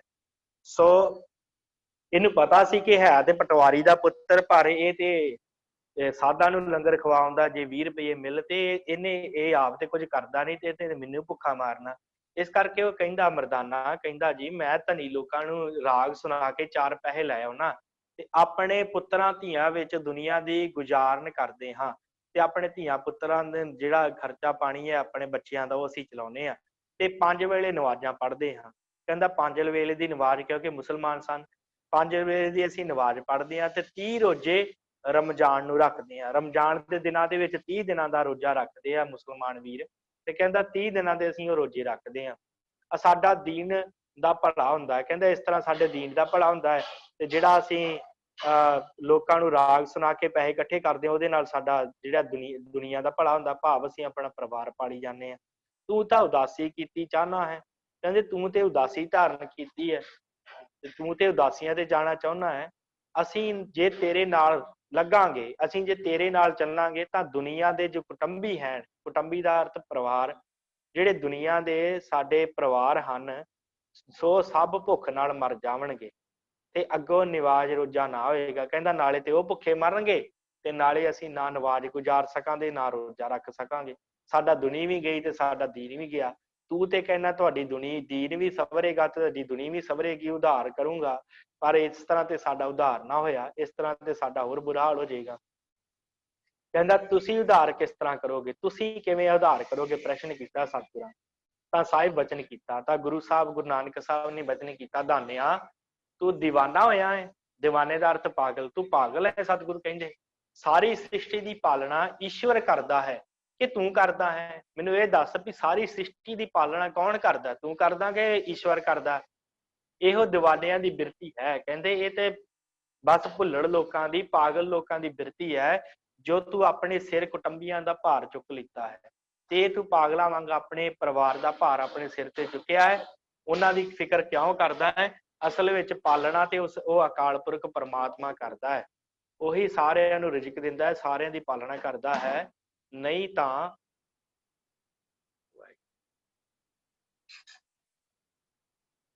ਹਾਂਜੀ, ਕਹਿੰਦੇ ਨਹੀਂ ਤਾਂ ਜੀਆਂ ਦੀ ਪਾਲਣਾ ਵਾਹਿਗੁਰੂ ਕਰਦਾ ਹੈ। ਸਾਰੇ ਜੀਵਾਂ ਦੀ ਪਾਲਣਾ ਤੇ ਵਾਹਿਗੁਰੂ ਅਕਾਲ ਪੁਰਖ ਪਰਮਾਤਮਾ ਕਰਦਾ ਹੈ। ਤੇ ਦੂਜਾ ਤੁਧ ਕਹਿਆ, ਜੋ ਨਿਵਾਜ ਰੋਜਾ ਕਰਕੇ ਮੇਰਾ ਭਲਾ ਹੋਵੇਗਾ। ਤਾਂ ਆਖ ਵੇਖਾਂ ਨਿਵਾਜ ਤੇ ਰੋਜੇ ਦਾ ਅਰਥ ਕਿਆ ਹੈ, ਤੇ ਕਿਤਨੇ ਵੇਲੇ ਨਿਵਾਜ ਤੇ ਰੋਜਾ ਜਗਤ ਵਿੱਚ ਆਉਂਦਾ ਹੈ। ਕਹਿੰਦਾ ਤੂੰ ਦੂਸਰੀ ਗੱਲ ਕਹੀ, ਪਹਿਲੀ ਗੱਲ ਦਾ ਉੱਤਰ ਸਤਿਗੁਰਾਂ ਨੇ ਦਿੱਤਾ ਕਿ ਤੂੰ ਪਰਿਵਾਰ ਦੀ ਚਿੰਤਾ ਕਰਦਾ, ਪਰਿਵਾਰ ਦਾ ਪਾਲਣਹਾਰ ਤੇ ਪਰਮਾਤਮਾ ਹੈ ਅਕਾਲ ਪੁਰਖ। ਤੇ ਦੂਸਰੀ ਗੱਲ ਤੂੰ ਮਜਹਬ ਦੀ ਕਹੀ, ਦੀਨ ਦੀ ਕਹੀ, ਧਰਮ ਦੀ ਕਹੀ ਹੈ। ਤੇ ਦੂਜਾ ਤੁਧ ਕਹਿਆ ਨਿਵਾਜ ਰੋਜਾ ਕਰਕੇ ਮੇਰਾ ਭਲਾ ਹੋਵੇਗਾ। ਤੇ ਤੂੰ ਇਹ ਦੱਸ ਕਿ ਨਿਵਾਜ ਤੇ ਰੋਜੇ ਦੇ ਅਰਥ ਕੀ ਹੈ? ਕਿਤਨੇ ਵੇਲੇ ਨਿਵਾਜ ਤੇ ਰੋਜਾ ਜਗਤ ਵਿੱਚ ਆਉਂਦਾ? ਕਹਿੰਦਾ ਕਿਹੜੇ ਵੇਲੇ, ਕਿੰਨੇ ਵਜੇ ਸਤਿਗੁਰ ਕਹਿੰਦੇ ਨਿਵਾਜ ਤੇ ਰੋਜਾ ਜਗਤ ਵਿੱਚ ਆਉਂਦਾ ਹੈ। ਤਾਂ ਅੱਗੇ ਉਸ ਡੂਮ ਆਖਿਆ ਜੀ, ਉਸ ਮਰਾਸੀ ਨੇ, ਉਸ ਡੂਮ ਨੇ, ਉਸ ਮਰਦਾਨੇ ਨੇ, ਭਾਈ ਮਰਦਾਨਾ ਜੀ ਨੇ ਆਖਿਆ ਅੱਗਿਓਂ ਕਿ ਨਿਵਾਜ ਰੋਜੇ ਦਾ ਅਰਥ ਤਾਂ ਮੈਂ ਨਹੀਂ ਜਾਣਦਾ, ਪਰ ਇੰਨਾ ਜਾਣਦਾ ਹਾਂ ਜੋ 5 ਵੇਲੇ ਨਿਵਾਜ ਨਿਤ ਆਉਂਦੀ ਹੈ। ਨਿਤ ਜਿਹੜੀ ਹੈ 5 ਵਾਰੀ ਨਿਵਾਜ ਆਉਂਦੀ ਹੈ। ਇੱਕ ਮਹੀਨਾ ਰਮਜ਼ਾਨ ਦੇ ਰੋਜੇ ਨਿਤ ਵਰਸ ਦੇ ਵਰਸ ਜਗਤ ਵਿੱਚ ਆਉਂਦੇ ਹਨ। ਹਰ ਸਾਲ ਇੱਕ ਮਹੀਨਾ ਰਮਜ਼ਾਨ ਦਾ ਹੁੰਦਾ ਹੈ ਤੇ 5 ਵੇਲੇ ਦੀ ਨਵਾਜ਼ ਜਿਹੜੀ ਹੈ ਜਗਤ ਵਿੱਚ ਆਉਂਦੀ ਹੈ। ਤਾਂ ਬਚਨ ਹੋਆ ਹੋਰ ਸਵੇਲੇ ਨਵਾਜ਼ ਤੇ ਰੋਜੇ ਕਿੱਥੇ ਰਹਿੰਦੇ ਹਨ? ਕਹਿੰਦੇ ਹੋਰ ਵੇਲੇ ਚਲੋ 5 ਵੇਲਿਆਂ ਦੀ ਨਵਾਜ਼ ਆਉਂਦੀ ਹੈ ਸੰਸਾਰ ਦੇ ਵਿੱਚ, ਤੁਸੀਂ ਪੜ੍ਹਦੇ ਹੋ, ਤੇ 1 ਮਹੀਨੇ ਦੇ ਰਮਜ਼ਾਨ ਆਉਂਦੇ ਆ। ਠੀਕ ਆ, ਮੰਨ ਗਏ ਤੁਹਾਡੀ ਗੱਲ, ਪਰ ਇਹ ਦੱਸੋ ਵੀ ਬਾਕੀ ਦਾ ਟਾਈਮ ਉਹ ਰਮਜ਼ਾਨ ਤੇ ਜਿਹੜੀ ਨਵਾਜ਼ ਉਹ ਕਿੱਥੇ ਰਹਿੰਦੀ ਹੈ, ਕਿੱਥੇ ਰਹਿੰਦੇ ਹੈ? ਤਾਂ ਉਸ ਆਖਿਆ ਜੀ ਇਹੋ ਖੁਦਾਏ ਦੇ ਘਰ ਰਹਿੰਦੇ ਹਨ। ਕਹਿੰਦੇ ਜੀ ਇਹ ਤੇ ਖੁਦਾਏ ਦੇ, ਉਸ ਅਕਾਲ ਪੁਰਖ ਦੇ ਘਰ ਰਹਿੰਦੇ ਆ। ਬਚਨ ਹੋਆ ਖੁਦਾਏ ਦਾ ਘਰ ਕੌਣ ਹੈ? ਸਤਿਗੁਰਾਂ ਨੇ ਅੱਗੇ ਫਿਰ ਸਵਾਲ ਕੀਤਾ ਕਿ ਸਾਨੂੰ ਇਹ ਦੱਸ ਕਿ ਇਹ ਦੱਸ ਵੀ ਉਸ ਖੁਦਾ ਦਾ ਘਰ ਕਿਹੜਾ ਹੈ, ਕਿਹੜਾ ਘਰ ਹੈ ਉਸ ਪਰਮਾਤਮਾ ਦਾ? ਉਸ ਆਖਿਆ ਜੀ ਮੈਂ ਡਿੱਠਾ ਨਹੀਂ। ਮਰਦਾਨੇ ਨੇ ਕਿਹਾ ਮੈਂ ਨਹੀਂ ਦੇਖਿਆ, ਮੈਂ ਤਾਂ ਨਵਾਜ਼ ਪੜ੍ਹਦਾ ਤੇ ਰਮਜ਼ਾਨ ਦੇ ਰੋਜੇ ਰੱਖਦਾ, ਬਸ ਮੈਂ ਪਰਮਾਤਮਾ ਦਾ ਘਰ ਨਹੀਂ ਡਿੱਠਾ। ਤਾਂ ਸਾਹਿਬ ਬਚਨ ਕੀਤਾ, ਤਾਂ ਸਤਿਗੁਰਾਂ ਨੇ, ਗੁਰੂ ਨਾਨਕ ਸਾਹਿਬ ਨੇ ਬਚਨ ਕੀਤਾ, ਖੁਦਾਏ ਦਾ ਘਰ ਸੰਤਾਂ ਦਾ ਹਿਰਦਾ ਹੈ ਤੇ ਸੰਤ ਖੁਦਾਏ ਦੇ ਹਿਰਦੇ ਵਿੱਚ ਵਸਦੇ ਹਨ। ਸਤਿਗੁਰਾਂ ਨੇ ਕਿਹਾ, ਕਹਿੰਦੇ ਜਿਹੜੇ ਸੰਤਾਂ ਦਾ ਜਿਹੜਾ ਘਰ ਹੈ, ਹਿਰਦਾ ਹੈ ਨਾ, ਉਹ ਅਕਾਲ ਪੁਰਖ ਦਾ ਘਰ ਹੈ। ਸੰਗਤ ਦੇ ਵਿੱਚ ਅਕਾਲ ਪੁਰਖ ਰਹਿੰਦੇ ਆ, ਸੰਤਾਂ ਦੇ ਵਿੱਚ ਅਕਾਲ ਪੁਰਖ ਰਹਿੰਦੇ ਆ ਤੇ ਇੱਥੇ ਵਸਦੇ ਹਨ। ਜੋ ਸਵਾਸ ਸਵਾਸ ਵਾਹਿਗੁਰੂ ਦਾ ਨਾਮ ਜਪਦੇ ਹਨ, ਸਦਾ ਨਿਵਾਜ ਉਹਨਾਂ ਦੇ ਹਿਰਦੇ ਵਿੱਚ ਵਸਦੀ ਹੈ। ਜਿਹੜੇ ਸਦਾ ਹੀ ਪ੍ਰਮਾਤਮਾ ਨੂੰ ਯਾਦ ਕਰਦੇ ਆ ਨਾ, ਉਹਨਾਂ ਦੇ ਹਿਰਦੇ ਚ ਨਿਵਾਜ ਵਸਦੀ ਹੈ। ਉਹਨਾਂ ਦੇ ਹਿਰਦੇ ਚ ਨਿਵਾਜ ਜਿਹੜੀ ਹੈ ਸਦੀਵੀ ਟਿਕਦੀ ਹੈ, ਜਿਹੜੇ ਸਵਾਸ ਸਵਾਸ ਜਪਦੇ ਆ। ਇਹ ਨਹੀਂ ਕਿ 5 ਵਕਤ ਨਿਵਾਜ ਪੜ੍ਹ ਲਈ ਤੇ ਉਹ ਅਕਾਲ ਪੁਰਖ ਦੇ ਹੋ ਗਏ। ਜਿਹੜੇ ਸਦਾ ਹੀ ਜਪਦੇ ਆ ਉਹਨਾਂ ਦੇ ਹਿਰਦੇ ਚ ਸਦਾ ਹੀ ਨਿਵਾਜ ਗੁਜ਼ਾਰਦੀ ਰਹਿੰਦੀ ਆ। ਤੇ ਸੰਤ ਜੋ ਸਦਾ ਸੰਜਮ ਨਾਲ ਆਹਾਰ ਕਰਦੇ ਹਨ, ਸਦਾ ਰੋਜੇ ਉਹਨਾਂ ਦੇ ਘਰ ਰਹਿੰਦੇ ਹਨ। ਤੇ ਸੰਤ ਜਿਹੜੇ ਹੁੰਦੇ ਆ, ਸੰਤ ਲੋਕ, ਭਗਤ ਜਨ, ਗੁਰਮੁਖ ਪਿਆਰੇ, ਉਹ ਸੰਜਮ ਦੇ ਨਾਲ ਆਹਾਰ ਕਰਦੇ ਆ। ਭਾਵ ਜਿੰਨੀ ਕੁ ਸਰੀਰ ਨੂੰ ਲੋੜ ਹੈ ਉਹਨਾਂ ਕੁ ਪ੍ਰਸ਼ਾਦਾ ਪਾਣੀ ਛਕਦੇ ਆ ਤੇ ਇਹੋ ਉਹਨਾਂ ਦੇ ਲਈ ਰੋਜੇ ਆ। ਇਹੋ ਉਹਨਾਂ ਦੇ ਰੋਜਿਆਂ ਦਾ ਘਰ ਹੈ। ਰੋਜਿਆਂ ਦਾ ਘਰ ਉਹ ਹੈ ਜਿੱਥੇ ਸੰਜਮ ਦੇ ਨਾਲ ਰਿਹਾ ਜਾਵੇ। ਜੋ ਸੰਤਾਂ ਦਾ ਸੰਗ ਕਰਦੇ ਹਨ ਉਹਨਾਂ ਨੂੰ ਸੰਜਮ ਪ੍ਰਾਪਤ ਹੁੰਦਾ ਹੈ। ਜਿਹੜਾ ਸੰਤਾਂ ਦਾ, ਮਹਾਂਪੁਰਖਾਂ ਦਾ, ਸੰਗਤ ਦਾ, ਗੁਰਮੁਖ ਪਿਆਰਿਆਂ ਦਾ ਸੰਗ ਕਰਦੇ ਆ, ਉਹਨਾਂ ਨੂੰ ਸੰਜਮ ਪ੍ਰਾਪਤ ਹੁੰਦਾ। ਬਚਨ ਹੋਆ, ਸਤਿਗੁਰਾਂ ਬਚਨ ਕੀਤਾ, ਦਾਨਿਆ ਮਹਾਰਾਜ ਪੁੱਛਣਗੇ ਤੂੰ ਸਾਨੂੰ ਜੋ ਮਨੁੱਖਾ ਜਨਮ ਦਿੱਤਾ ਸੀ ਤੇ ਸਭ ਪਦਾਰਥ ਦਿੱਤੇ ਸਨ, ਤੇ 24,000 ਸਵਾਸ ਅਜਾਈ ਜਾਂਦਾ ਸੀ। ਤੋ ਸਤਿਗੁਰੂ ਕਹਿੰਦੇ ਕਿ ਦਾਨਿਆ, ਜਦੋਂ ਇੱਥੋਂ ਜਾਵਾਂਗੇ ਸੰਸਾਰ ਛੱਡ ਕੇ, ਜਦੋਂ ਉਸ ਅਕਾਲ ਪੁਰਖ ਦੇ ਦਰ ਤੇ ਜਾਵਾਂਗੇ, ਉਹਦੀ ਦਰਗਾਹ 'ਚ ਲੇਖਾ ਹੋਏਗਾ, ਤੇ ਉਦੋਂ ਜਦੋਂ ਅਕਾਲ ਪੁਰਖ ਪਰਮਾਤਮਾ ਪੁੱਛੇਗਾ ਤੁਹਾਨੂੰ ਕਿ ਜੋ ਮਨੁੱਖਾ ਜਨਮ ਦਿੱਤਾ ਸੀ, ਸਭ ਪਦਾਰਥ ਦਿੱਤੇ ਸਨ, ਤੇ 24,000 ਸਵਾਸ ਤੁਹਾਨੂੰ ਇੱਕ ਦਿਨ ਦੇ ਬਖਸ਼ਿਸ਼ ਕੀਤੇ ਸੀ, ਤੇ ਤੁਸੀਂ ਭਜਨ ਮਹਾਰਾਜ ਦਾ ਕਿਉਂ ਨਾ ਕੀਤਾ, ਤੇ ਪਦਾਰਥ ਗੋਬਿੰਦ ਦੇ ਨਿਮਿਤ ਕਿਉਂ ਨਾ ਕੀਤੇ, ਤੇ ਕਿਉਂ ਨਹੀਂ ਤੁਸੀਂ ਉਸ ਅਕਾਲ ਪੁਰਖ ਨੂੰ ਯਾਦ ਕੀਤਾ, ਕਿਉਂ ਨਹੀਂ ਉਹਨੂੰ ਯਾਦ ਕੀਤਾ, ਤਾਂ ਤੁਸੀਂ ਸਾਹਮਣੇ ਦੇਖ ਨਾ ਸਕੋਗੇ ਤੇ ਹੱਥ ਦੋਨੋਂ ਕਮਰ ਤੇ ਰੱਖ ਕੇ ਖੜੇ ਰਹੋਗੇ। ਕਹਿੰਦੇ ਫਿਰ ਜਦੋਂ ਉਹਦੀ ਦਰਗਾਹ ਦੇ ਵਿੱਚ ਗੱਲ ਚੱਲੀ ਨਾ ਕਿ ਭਾਈ ਤੁਸੀਂ ਨਾਮ ਕਿਉਂ ਨਹੀਂ ਜਪਿਆ, ਤੇ ਉਸ ਸਮੇਂ ਫਿਰ ਤੁਸੀਂ ਸਿਰਫ ਖਲੋਤੇ ਰਹਿ ਜਾਓਗੇ, ਤੁਹਾਡਾ ਕੋਈ ਵੀ ਜਿਹੜੀ ਗੱਲ ਨਹੀਂ ਮੰਨੀ ਜਾਵੇਗੀ, ਤਾਂ ਤੁਸੀਂ ਸਾਹਮਣੇ ਦੇਖ ਨਾ ਸਕੋਗੇ, ਤੇ ਹੱਥ ਦੋਨੋਂ ਕਮਰ ਤੇ ਰੱਖ ਕੇ ਭਾਵ ਨੈ ਨੀਵੀਂ ਪਾ ਕੇ ਉੱਥੇ ਖੜੇ ਰਹੋਗੇ, ਤਾਂ ਫਰਿਸ਼ਤਿਆਂ ਨੂੰ ਆਗਿਆ ਹੋਵੇਗੀ। ਫਰਿਸ਼ਤੇ ਕਿਉਂਕਿ ਮੁਸਲਮਾਨ ਧਰਮ ਦੇ ਵਿੱਚ ਫਰਿਸ਼ਤੇ ਮੰਨੇ ਗਏ, ਅਜਰਾਇਲ ਫਰਿਸ਼ਤਾ, ਕਿ ਜਿਹੜੇ ਮਨੁੱਖ ਦੇ ਕਰਮਾਂ ਦਾ ਉਹਨੂੰ ਦੰਡ ਦਿੰਦੇ ਆ, ਤੇ ਹੁਣ ਇਹ ਮੁਸਲਮਾਨ ਸਨ, ਇਸ ਕਰਕੇ ਸਤਿਗੁਰੂ ਇਹਨੂੰ ਉਸੇ ਤਰੀਕੇ ਨਾਲ ਸਮਝਾ ਰਹੇ ਆ।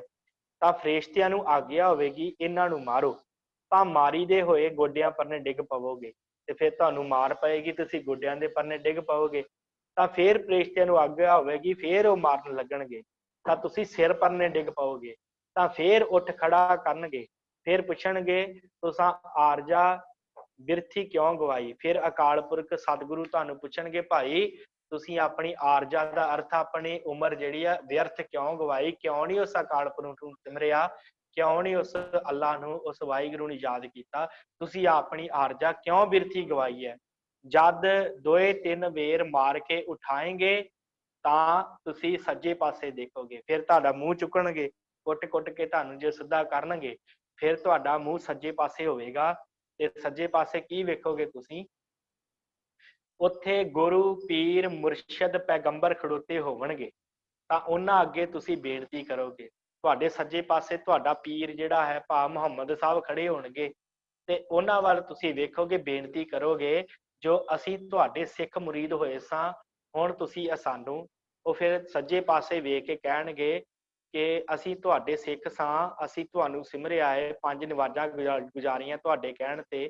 ਜਦੋਂ ਤੁਸੀਂ ਉਸ ਪੈਗੰਬਰ ਦੇ ਵੱਲ, ਉਹਦੇ ਵੱਲ ਦੇਖੋਗੇ, ਆਪਣੇ ਪੈਗੰਬਰ ਦੇ ਵੱਲ, ਆਪਣੇ ਗੁਰੂ ਵੱਲ, ਆਪਣੇ ਪੀਰ ਵੱਲ ਦੇਖੋਗੇ, ਤੇ ਉਹਨੂੰ ਤੁਸੀਂ ਕਹੋਗੇ, ਬੇਨਤੀ ਕਰੋਗੇ ਕਿ ਸਾਨੂੰ ਛਡਾਓ, ਤਾਂ ਅੱਗੋਂ ਗੁਰਪੀਰ ਆਖਣਗੇ ਜਿਸ ਵੇਲੇ ਸਾਡੇ ਸਰੀਰ ਅਰੋਗ ਐਸਨ, ਤਾਂ ਅਸੀਂ ਤੁਹਾਨੂੰ ਪੁਕਾਰਦੇ ਕਹਿੰਦੇ ਸਾਂ, ਜੋ ਤੁਸੀਂ ਮਹਾਰਾਜਾ ਦਾ ਭਜਨ ਕਰੋ। ਕਹਿੰਦੇ ਅਸੀਂ ਤੇ ਜਦੋਂ ਤੁਹਾਡੇ ਸਰੀਰ ਅਰੋਗ ਸਨ, ਅਸੀਂ ਤੁਹਾਨੂੰ ਕਿਹਾ ਸੀ ਭਜਨ ਕਰੋ, ਤੇ ਤੁਸੀਂ ਕੋਈ ਭਜਨ ਕੀਤਾ ਨਹੀਂ, ਪਰਮੇਸ਼ਰ ਨੂੰ ਸਿਮਰਿਆ ਨਹੀਂ, ਪਰਮੇਸ਼ਰ ਨਿਮਿਤ ਦਾਨ ਦਿਓ, ਤੁਸੀਂ ਨਾ ਕੋਈ ਦਾਨ ਹੀ ਦਿੱਤਾ, ਸੰਤਾਂ ਦੀ ਸੇਵਾ ਕਰੋ, ਨਾ ਹੀ ਤੁਸੀਂ ਕੋਈ ਸੰਤਾਂ ਦੀ ਸੇਵਾ ਕੀਤੀ। ਉਸ ਵੇਲੇ ਸਾਡਾ ਕਹਿਆ ਮੰਨਦੇ ਨਹੀਂ ਸੇ, ਤੇ ਆਪਣੇ ਕੁਟੁੰਬੀਆਂ ਨੂੰ ਮਿੱਤਰ ਜਾਣਦੇ ਸੇ, ਹੁਣ ਵੀ ਉਹਨਾਂ ਨੂੰ ਆਖੋ। ਫਿਰ ਉਹ ਕਹਿਣਗੇ ਕਿ ਭਾਈ ਅਸੀਂ ਤੁਹਾਡੀ ਗੱਲ ਨਹੀਂ ਮੰਨੀ, ਅਸੀਂ ਤੇ ਤੁਹਾਨੂੰ ਕਿਹਾ ਸੀ ਕਿ ਤੁਸੀਂ ਪਰਮੇਸ਼ਰ ਦਾ ਨਾਮ ਸਿਮਰੋ, ਸੇਵਾ ਕਰੋ, ਤੇ ਜੀਵਨ ਸਫਲਾ ਕਰੋ, ਪਰ ਤੁਸੀਂ ਤੇ ਆਪਣੇ ਪਰਿਵਾਰ ਵਾਸਤੇ ਧਨ ਜੋੜਨ ਤੇ ਉਦੋਂ ਲਾਇਆ ਸੀ ਸਮਾਂ, ਹੁਣ ਆਪਣੇ ਪਰਿਵਾਰ ਨੂੰ ਇਹ ਆਖੋ ਕਿ ਉਹ ਤੁਹਾਡੀ ਬਾਂਹ ਫੜੇ, ਤਾਂ ਤੁਸੀਂ ਬਾਏਂ ਪਾਸੇ ਦੇਖੋਗੇ, ਤੁਸੀਂ ਖੱਬੇ ਪਾਸੇ ਦੇਖੋਗੇ, ਉੱਥੇ ਅੱਗੇ ਕੁਟੁੰਬੀ ਮਾਰੀਂਦੇ ਹੋਣਗੇ, ਉੱਥੇ ਤੁਹਾਡੇ ਕੁਟੁੰਬੀਆਂ ਨੂੰ ਇਸੇ ਤਰ੍ਹਾਂ ਮਾਰ ਪੈਂਦੀ ਹੋਵੇਗੀ, ਤਾਂ ਉਹ ਆਖਣਗੇ ਅਸੀਂ ਆਪਣੇ ਕਰਮਾਂ ਨੂੰ ਪਕੜੇ ਹੋਏ ਹਾਂ, ਉਹ ਆਖਣਗੇ ਅਸੀਂ ਤੁਹਾਡਾ ਕੀ ਕਰੀਏ, ਅਸੀਂ ਤਾਂ ਆਪ ਬੜੇ ਦੁਖੀ ਹਾਂ, ਅਸੀਂ ਤੇ ਆਪਣੇ ਕਰਮਾਂ ਦਾ ਭੋਗਦੇ ਪਏ ਹਾਂ, ਅਸੀਂ ਤੁਹਾਡਾ ਕੀ ਕਰੀਏ। ਤੁਸੀਂ ਦੋਹਾਂ ਪਾਸਿਓਂ ਨਿਰਾਸ਼ ਹੋ ਕੇ ਫਿਰ ਮਾਰ ਦੇ ਅੱਗੇ ਹੱਥ ਅੱਡੋਗੇ, ਜੋ ਹੁਣ ਤੂੰ ਸਾਨੂੰ ਬਖਸ਼, ਫਿਰ ਤੁਸੀਂ ਪ੍ਰਮਾਤਮਾ ਅੱਗੇ ਫਿਰ ਹੱਥ ਅੱਡੋਗੇ ਕਿ ਸਾਨੂੰ ਬਖਸ਼ ਦੇ, ਜਿਵੇਂ ਚੋਰ ਨੂੰ ਪਕੜ ਕੇ ਹਨੇਰੀ ਕੋਠੀ ਵਿੱਚ ਪਾਏ ਦੇਈਦਾ ਹੈ, ਤਿਵੇਂ ਤੁਸੀਂ ਕੀ ਰੋਜੇ ਵਰਤ ਕਰਿਆ ਕਰਨਗੇ। ਕਹਿੰਦੇ ਤੁਹਾਡੇ ਰੋਜੇ ਵਰਤ ਇਵੇਂ ਆ ਜਿਵੇਂ ਕਿਸੇ ਚੋਰ ਨੂੰ ਫੜ ਕੇ ਹਨੇਰੀ ਕੋਠੀ 'ਚ ਪਾ ਦਿੱਤਾ, ਤੇ ਇਸ ਤਰ੍ਹਾਂ ਤੁਹਾਡੇ ਰੋਜੇ ਜਿਹੜੇ ਉਹ ਪਏ ਰਹਿਣਗੇ, ਧਰੇ ਰਹਿ ਜਾਣਗੇ ਉੱਥੇ, ਕਿਉਂਕਿ ਤੁਸੀਂ ਸਿਮਰਨ ਨਹੀਂ ਕੀਤਾ, ਨਾਮ ਨਹੀਂ ਜਪਿਆ। ਜੇ ਹੁਣ ਤੂੰ ਮਰਦਾਨਾ ਹੋਵੇ ਤਾਂ ਸੰਤਾਂ ਦਾ ਸੰਗ ਕਰੇ, ਤੇ ਸ਼ਬਦ ਪਾਏ ਕੇ ਰਾਗ ਨੂੰ ਗਾਵੇਂ, ਤਾਂ ਤੇਰਾ ਅਸੀਂ ਦੋਹਾਂ ਲੋਕਾਂ ਦਾ ਕਾਰਜ ਕਰਾਂਗੇ। ਸਤਿਗੁਰੂ ਕਹਿੰਦੇ ਜੇ ਤੂੰ ਹੁਣ ਸਾਡਾ ਸੰਗ ਕਰੇ ਤੇ ਸ਼ਬਦ ਦੇ ਵਿੱਚ ਰਾਗ ਪਾ ਕੇ ਗਾਏ, ਰਾਗ ਦੇ ਵਿੱਚ ਸ਼ਬਦ ਪਾਏ ਕੇ ਗਾਵੇਂ, ਤਾਂ ਤੇਰਾ ਹੁਣ ਅਸੀਂ ਕਾਰਜ ਸਵਾਰਾਂਗੇ, ਦੋਹਾਂ ਲੋਕਾਂ ਦਾ, ਸੰਸਾਰ ਦਾ ਵੀ ਤੇ ਤੇਰਾ ਪਰਲੋਕ ਦਾ ਵੀ ਜਿਹੜਾ ਹੈ ਨਾ, ਉਹ ਵੀ ਕਾਰਜ ਸਵਾਰਾਂਗੇ। ਤਾਂ ਆਖਿਆ ਜੀ ਜਿਵੇਂ ਤੂੰ ਸਾਡੀ ਰਜਾ ਹੋਵੇ, ਬਚਨ ਹੋਆ ਤੇਰਾ ਨਾਮ ਅਸਾਂ ਮਰਦਾਨਾ ਰੱਖਿਆ ਹੈ। ਸਤਿਗੁਰ ਕਹਿੰਦੇ ਦਾਨਿਆ तेरा नां असी मरदाना रखिया है। वाहिगुरू दा भजन कर, तेरे कुटुंबियां दी भी ते तेरी भी असी खबर लवांगे। सतगुरु कहंदे तू भजन कर परमात्मा दा, तेरे परिवार दी भी ते तेरी भी असी जिहड़ी है ਉਹ खबर लवांगे। तां मरदाना बाबे दे नाल होया तां बाबा बोलिया, पंज निवाजा वक्त पंज, पंजा पंजे नाओ, पहला सच हलाल दोए, तीजा पै खैर खुदाए, चौथी नीयत रास मन, पंजवीं सिबत सुनाए, करनी कलमा आख गए, तां मुसलमान सदाए, नानक जेते कूड़ियार, कूड़े कूड़ी पाए। ਤੇ ਇਹਦਾ ਹੁਣ ਕੀ ਵਿਚਾਰ ਹੈ? ਤਾਂ ਬਾਬੇ ਆਖਿਆ, ਮਰਦਾਨਿਆਂ ਪਹਿਲੀ ਨਿਵਾਜ ਸੱਚ ਕਮਾਣਾ, ਦੂਜੀ ਨਿਵਾਜ ਧਰਮ ਦੀ ਕਿਰਤ ਕਰਕੇ ਖਾਣੀ, ਤੇ ਮਨ ਨੂੰ ਗੁਰਾਂ ਦੇ ਬਚਨਾਂ ਦੀ ਕਦਰ ਕਰ ਕਹਿਣਾ, ਹਲਾਲ ਕਰਨਾ ਹੈ। ਤੀਜਾ ਸਬਸੇ ਦਾ ਭਲਾ ਚਿਤਵਨਾ ਤੇ ਪਰਮੇਸ਼ਰ ਦੇ ਨਿਮਿਤ ਵੰਡ ਖਾਵਣਾ। ਚੌਥੇ ਸੁੱਧ ਮਨਸ ਰੱਖਣਾ, ਕਿਵੇਂ ਮਹਾਰਾਜ ਦੇ ਨਾਮ ਦੀ ਪ੍ਰਤੀਤ ਪ੍ਰਾਪਤ ਹੋਵੇ, ਇਹ ਆਪਣਾ ਮਨ ਸ਼ੁੱਧ ਕਰਕੇ ਰੱਖਣਾ। ਤੇ ਪੰਜਵੇਂ ਜੋ ਸਵਾਸ ਹੈ ਸੋ ਪਰਮੇਸ਼ਰ ਦੀ ਸਿਫਤ ਤੇ ਸੰਤਾਂ ਦੀ ਸਿਫਤ ਦੇ ਵਿੱਚ ਗੁਜ਼ਾਰਨੇ। ਆਯੂ ਭਲਿਆ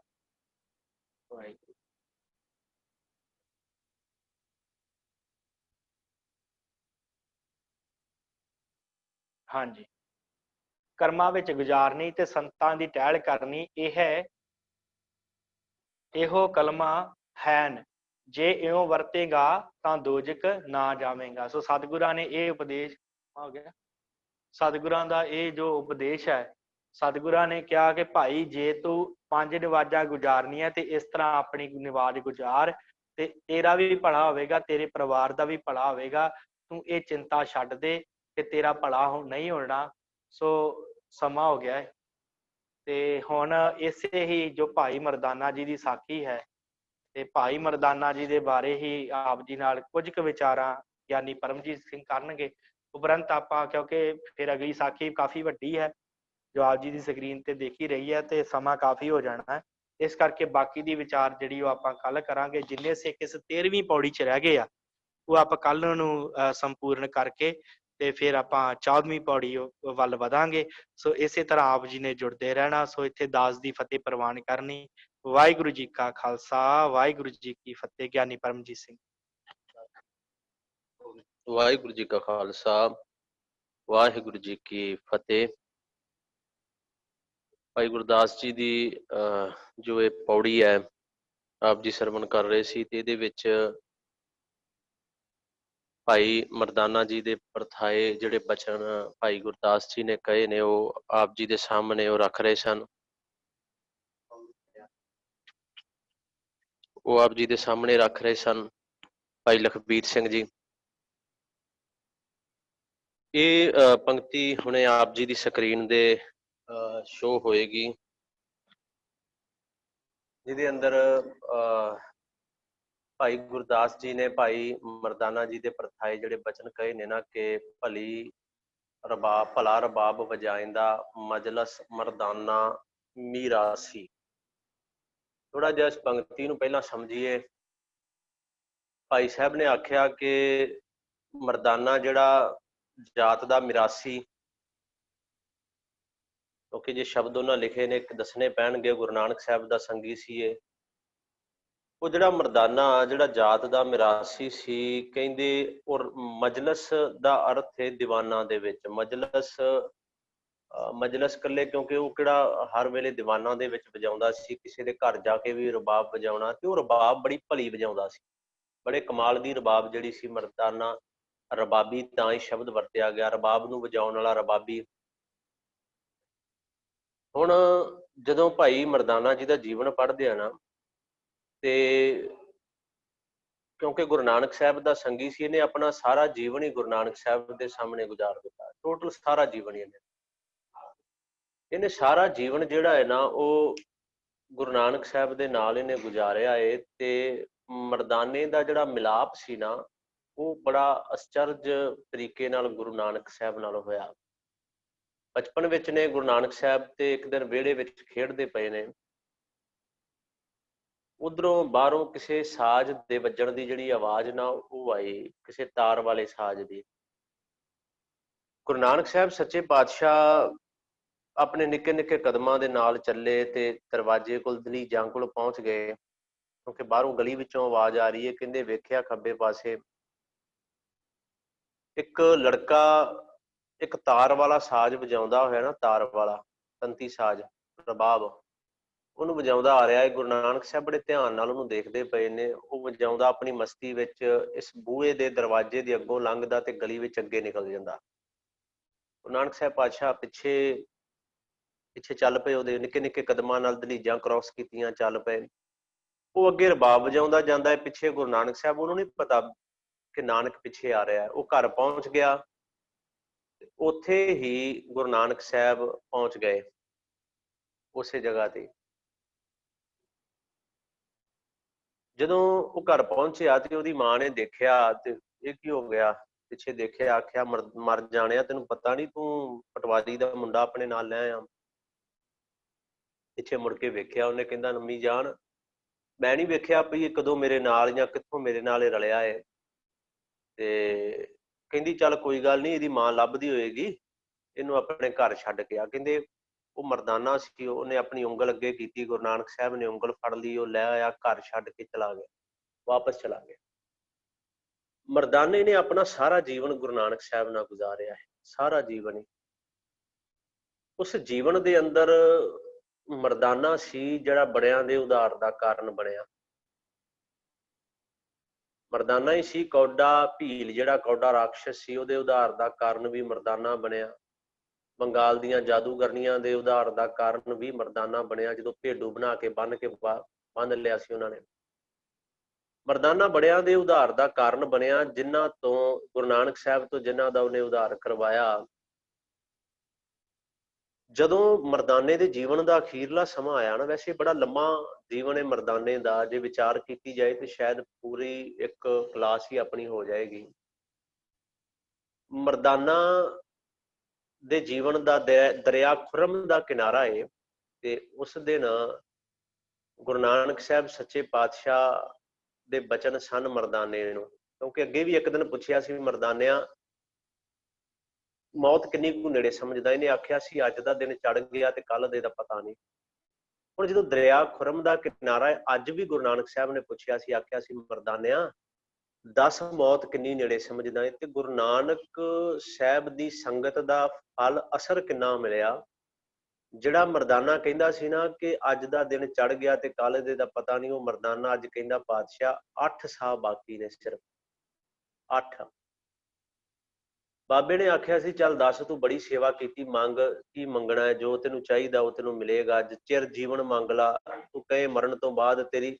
ਮੈਂ ਇੱਕ ਗੱਲ ਹੈਰਾਨ ਹੁੰਨਾ, ਮੈਂ ਓਸ਼ੋ ਦਾ ਜੀਵਨ ਪੜ੍ਹ ਰਿਹਾ ਸੀ ਇੱਕ ਦਿਨ। ਓਸ਼ੋ ਜਿਹਨੇ ਆਪਣੇ ਆਪ ਨੂੰ ਭਗਵਾਨ ਕਿਹਾ, ਓਸ਼ੋ ਨੇ ਆਖਿਆ ਮੈਂ ਭਗਵਾਨ ਆ।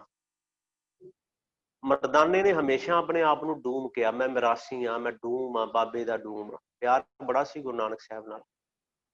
ਇੱਕ ਦਿਨ ਬਾਬੇ ਨਾਨਕ ਨੂੰ ਮਰਦਾਨਾ ਕਹਿੰਦਾ ਪਾਤਸ਼ਾਹ ਤੇਰੇ ਤੇ ਮੇਰੇ ਵਿੱਚ ਤੇ ਕੋਈ ਫਰਕ ਹੀ ਨਹੀਂ।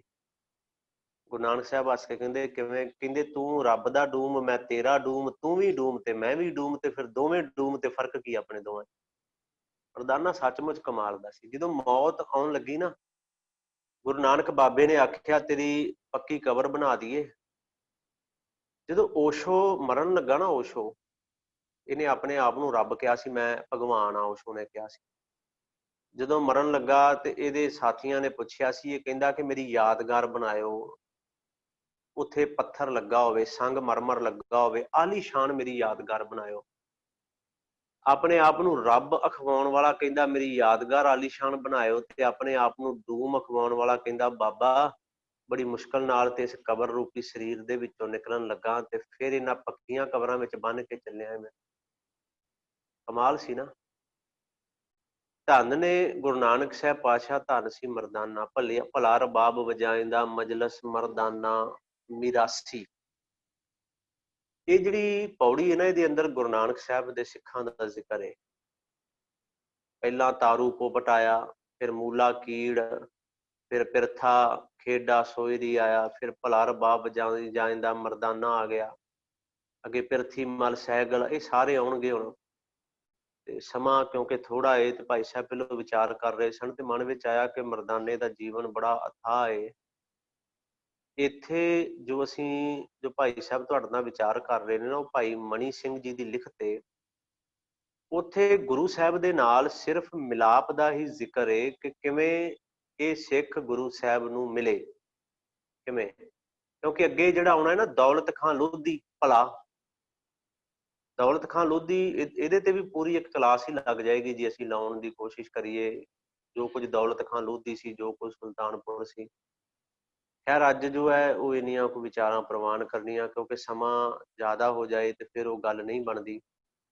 ਤੇ ਸੋ ਇੰਨੀਆਂ ਕੁ ਬੇਨਤੀਆਂ ਅੱਜ ਪ੍ਰਵਾਨ। ਤੇ ਜੇ ਕੋਈ ਕਿਸੇ ਦਾ ਸਵਾਲ ਹੈ ਇਹਦੇ ਨਾਲ ਹੀ ਰਿਲੇਟਡ, ਤੇ ਉਹ ਆਪ ਜੀ ਆਪਣਾ ਮਾਈਕ ਜੋ ਹੈ ਉਹ ਔਨ ਕਰਕੇ ਆਪ ਜੀ ਪੁੱਛ ਸਕਦੇ ਹੋ ਜੀ। ਤੇ ਹਾਂਜੀ, ਕੋਈ ਵੀਰ ਜੀ ਆਵਾਜ਼ ਕਰਿਓ। ਹਾਂਜੀ ਹਾਂਜੀ, ਜਸਪਾਲ ਸਿੰਘ ਵਾਹਿਗੁਰੂ ਜੀ ਕਾ ਖਾਲਸਾ, ਵਾਹਿਗੁਰੂ ਜੀ ਕੀ ਫਤਿਹ। ਜੀ ਕੀ ਫਤਿਹ ਵੀਰ ਜੀ। ਹਾਂਜੀ, ਸਾਖੀ ਜਿਹੜੀ ਸ਼ਰਵਣ ਕੀਤੀ ਇਸ ਨੇ ਕਿ ਪ੍ਰੀਤਾ ਤੇ ਖੇੜਾ ਦੀ ਸਾਖੀ, ਉਹਦੇ ਵਿੱਚ ਵਾਹਿਗੁਰੂ ਇੱਕ ਲੱਸੀ ਕਿ ਸਾਡੇ ਚਰਨ ਸਾਧ ਸੰਗਤ ਵਿੱਚ ਸਦਾ ਰਹੇ ਹਨ, ਸਾਧਾਂ ਦੀ ਸੇਵਾ ਕਰਨੀ ਤੇ ਧਰਮਸ਼ਾਲਾ ਦੇ ਵੇਲੇ ਤੁਰ ਜਾਣਾ, ਤੇ ਸੰਤਾਂ ਵਿੱਚ, ਸਤਿਗੁਰਾਂ ਵਿੱਚ ਤੇ ਪਰਮੇਸ਼ਵਰ ਵਿੱਚ ਭੇਦ ਨਹੀਂ ਜਾਣਨਾ, ਤੇ ਧਰਮ ਦੀ ਕਿਰਤ ਕਰਕੇ ਅਥੀਤਾਂ ਸਿੱਖਾਂ ਨਾਲ ਵੰਡ ਖਾਵਣਾ। ਵਾਹਿਗੁਰੂ, ਅਥੀਤਾਂ ਸਿੱਖਾਂ ਦਾ ਭਾਵ ਕੀ ਹੋਇਆ? ਅਤਿਥੀ ਜਿਹੜੇ ਹੁੰਦੇ ਆ ਨਾ, ਜਿਹੜੇ ਸਿੱਖ ਜਦੋਂ ਚੱਲ ਕੇ ਆਉਂਦੇ ਆ ਨਾ, ਸਿੱਖ ਜਿਹੜੇ ਅਤਿਥੀ, ਵੈਸੇ ਮਹਿਮਾਨ ਨੂੰ ਕਿਹਾ ਜਾਂਦਾ ਹੈ। ਸ਼ਬਦ ਅਤਿਥੀ ਏ, ਤੇ ਉਹਨਾਂ ਦੇ ਨਾਲ ਇਹ ਜਿਹੜਾ ਸ਼ਬਦ ਏ, ਮਤਲਬ ਜਦੋਂ ਅਤਿਥੀ ਰੂਪ ਵਿੱਚ ਸਿੱਖ ਆਏਗਾ, ਮਹਿਮਾਨ ਰੂਪ ਦੇ ਵਿੱਚ ਸਿੱਖ ਆਏਗਾ, ਤੇ ਉਹਨਾਂ ਨਾਲ ਵੰਡ ਕੇ ਖਾਣਾ। ਸ਼ਬਦ ਅਤਿਥੀ ਹੀ ਆਪਾਂ ਇੱਥੇ ਜਿਹੜਾ ਇਹਦਾ ਮੀਨਿੰਗ ਪੜ੍ਹਨਾ ਹੈ। ਹਾਂਜੀ, ਹੋਰ ਜੀ? ਠੀਕ ਹੈ ਜੀ। ਹਾਂਜੀ, ਹੋਰ ਕਿਸੇ ਦਾ ਕੋਈ ਸਵਾਲ ਹੈ ਤੇ ਆਪ ਜੀ ਆਪਣਾ ਮਾਈਕ ਔਨ ਕਰ ਸਕਦੇ ਹੋ ਜੀ। ਸੋ ਬਹੁਤ ਬਹੁਤ ਧੰਨਵਾਦ। ਰਾਤ ਵੀ ਕਾਫੀ ਸੰਗਤ ਨਵੀਂ ਜੁੜੀ ਸੀ, ਅੱਜ ਵੀ ਕਾਫੀ ਸੰਗਤ ਹੈ ਜਿਹੜੀ ਉਹ ਨਵੀਂ ਜੁੜੀ ਹੈ, ਤੇ ਸਾਰਿਆਂ ਦਾ ਧੰਨਵਾਦ। ਸ਼ਾਮ ਨੂੰ ਵੀ ਕਲਾਸ ਜਿਹੜੀ ਆ ਫਿਰ ਉਹੀ 6:30 ਵਜੇ ਸੰਥਿਆ ਦੀ ਕਲਾਸ ਜਿਹੜੀ ਉਹ ਆਪ ਜੀ ਦੇ ਨਾਲ ਭਾਈ ਲਖਵੀਰ ਸਿੰਘ ਜੀ ਹੋਸਟ ਰੂਪ ਵਿੱਚ ਆਉਣਗੇ। ਸੋ ਇੰਨੀਆਂ ਕੋ ਬੇਨਤੀਆਂ ਪ੍ਰਵਾਨ ਬੇਅੰਤ ਫੁੱਲਾਂ ਦੀ ਖਿਮਾ। ਵਾਹਿਗੁਰੂ ਜੀ ਕਾ ਖਾਲਸਾ, ਵਾਹਿਗੁਰੂ ਵਾਹਿਗੁਰੂ ਜੀ ਕੀ ਫਤਿਹ।